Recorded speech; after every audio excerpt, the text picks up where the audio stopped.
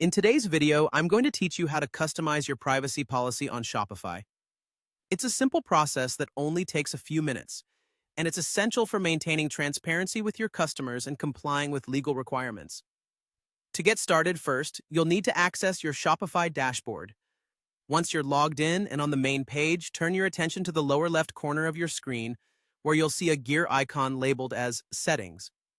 Click on that, and it will take you to a menu filled with various options to manage your store. Now, focus on the left-hand side of your screen again. You should see a section called Customer Privacy. Go ahead and click on that. This is where you can manage and modify the privacy settings specifically pertaining to how customer data is handled in your store. Once you're in the Customer Privacy section, look for a part labeled Privacy Policy. There you will find an option that says Privacy Policy, and by clicking on it, you'll open a new pop-up page.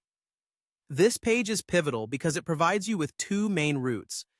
You can either use an automated privacy policy generated by Shopify's recommended template, or you can customize it to better fit your brand's unique voice and needs. If you prefer a more personalized approach or need specific clauses added, you'll want to make a few adjustments. If your current setup is using an automated policy, you'll need to disable this option first. To do that, simply uncheck or disable the Use Automate Policy option. This will allow you to enter your custom text and make specific changes. Editing your policy manually enables you to insert any custom clauses that adhere to your business's legal requirements or branding. It's important to be as comprehensive as possible to avoid any future discrepancies or customer confusion. After you've made all the desired changes to tailor your privacy policy, make sure to read through it carefully to ensure it reflects the exact information and commitments you want to communicate to your customers.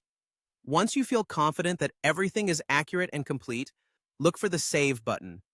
It's typically located below the text area where you are editing. And that's it. You've successfully customized your privacy policy on Shopify.